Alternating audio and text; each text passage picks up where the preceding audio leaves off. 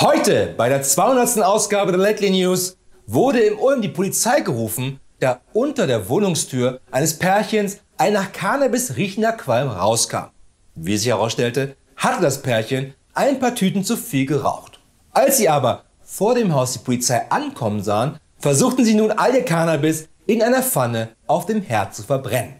Sie wurden dann jedenfalls von einem ziemlich gut gelaunten Polizisten festgenommen und fanden das selber komischerweise auch gar nicht mehr so schlimm. Noch mehr gleich bei News.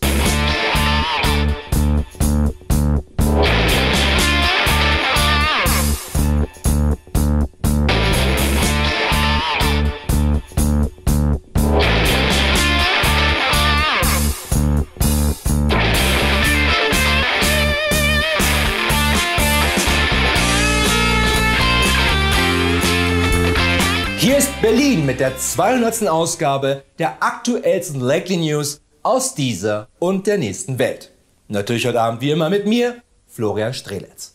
Und selbstverständlich bin ich heute Abend wieder nicht allein im Studio, sondern auch diesmal werde ich unterstützt von den einzigartigen Lately News Korrespondenten aus allen Ecken der Welt. Ob aus New York, Sydney, Kapstadt oder wie aus Bielefeld oder zumindest vielleicht. Aber kommen wir zuvorderst einmal zu den wichtigsten Nachrichten der Woche und schauen nach Berlin. Um in Spandau der 1980er zu überleben, hat mir meine Tante Erna schon sehr früh das Jagen beigebracht. Egal ob mit Pfeil und Bogen oder mit einer Bazooka freilaufende Doppelwopper zu erlegen, hat sie mir alle Tricks beigebracht, um in Spandau Forst überleben zu können. Dabei konnte meine Tante Erna auf ihre Ausbildung beim Mossad zurückgreifen, wo sie nicht nur lernte, wie man einen potenziellen Feind effizient ausschalten kann, sondern auch, wie man ihn koscher bekommt. Nicht zu vergessen war auch meine Tante Erna Chefautorin der Rambo-Filme, wo ihre Ideen jedoch deutlich entschärft werden mussten, um überhaupt noch eine FSK ab 18 zu bekommen. Und scheinbar hatte sich ein Wildschwein eine der Uncut-Versionen dieser Filme als Beispiel genommen und im KaDeWe in Berlin Tiergarten randaliert. Allerdings muss man dazu entschuldigend einwenden, dass bei den exorbitanten Preisen, die im KaDeWe verlangt werden, deswegen zu randalieren schon mehr als gerechtfertigt ist. Währenddessen in Hannover. Mich als technikaffin zu bezeichnen, ist genauso untertrieben wie Amazon, Google, Apple oder Starbucks als einfache Steuervermeider zu bezeichnen. Wobei natürlich Google niemals sich hier was zu Schulden kommen lassen hat, zumindest bis man ihnen das Gegenteil bewiesen hat.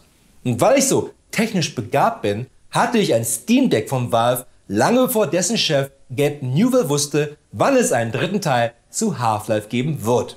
Nämlich nach Donald Trumps dritter Amtszeit, wobei es dann wenigstens keine Schlangen bei GameStop geben wird, da wir alle bis dahin in die Steinzeit zurückgebombt wurden. Also quasi wie in Hannover heute.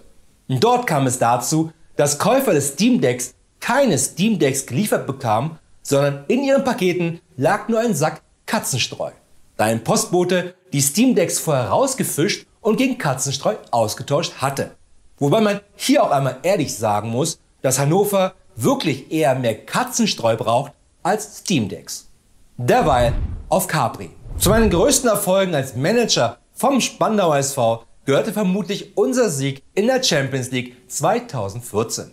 Denn zu unseren Spielen erschienen nie die gegnerischen Teams der Champions League, ergo gewannen wir automatisch immer diese Spiele. Nun gut, ich hatte der UEFA nicht gesagt, dass wir jetzt bei der Champions League mitspielen und musste den Pokal auch selber kaufen, aber Sieg ist Sieg, egal wie man den erringt. Und ähnlich erging es einer Fußballmannschaft aus Capri im französischen Fußballpokal. Denn diese wartete vergebens auf ihren Gegner, den Erstligisten Girondins Bordeaux.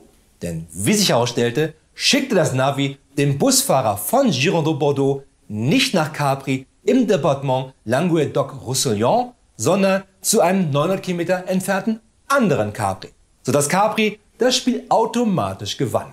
Genauso schafft es auch Bielefeld jedes Jahr in der Bundesliga alle Heimspiele zu gewinnen, da kein Navi dieser oder der nächsten Welt jemals Bielefeld gefunden hat. Unterdessen in Mumbai. Es ist klar, dass die Rebellen bei Star Wars auf der falschen Seite der Geschichte stehen, da sie mit ihrer Guerillataktik die Handelsbeziehungen innerhalb der Republik zerstören wollten, auch dank unzähliger Ewok-Selbstmordanschläge. Nicht zu vergessen, der sympathische Buchhalter Hans Gruber, der nur ein paar Überstunden machen wollte im Nakatomi Plaza, bis ihm der Terrorist John McClane entgegentrat, der nur im Sinn hatte, Weihnachten für uns alle zu töten. Oder der Betrüger Daniel LaRusso, der mit unfairen Tricks die heldenhaften Karate-Kids von Cobra Kai besiegte und dafür zu Recht 2 Fortsetzungen drehen musste, die schlimmer waren als eine Zahnwurzelbehandlung von Mr. Miyagi. Oder von einem der Kids von Cobra Kai gebissen zu werden. Und wegen einer Kobra wurde ein Mann in Mumbai lebenslang hinter Gitter geschickt, da er seine Frau mit einer Kobra ermordete. Seine Komplizen wiederum konnten einer Strafe entgehen, da sie schon beim Fang der Kobra gebissen und gestorben waren. Aber schalten wir jetzt noch einmal schnell zum Wetter und unserem Wetterkorrespondenten Froschi Fußballschiri mit der aktuellen Wettervorhersage für die nächsten 3 Tage.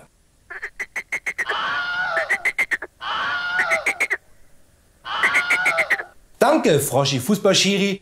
Und immerhin bedeutet diese Wettervorhersage, dass in den nächsten Tagen in Rostock und Umgebung mit Schneelawinen zu rechnen ist. Also ein fast normaler Juni in Mecklenburg-Vorpommern. Das waren die Late News für heute, aber keine Sorge, wir sehen uns wieder am Freitag mit weiteren aktuellen Nachrichten. Nicht vergessen, alles andere da draußen sind nur Fake News.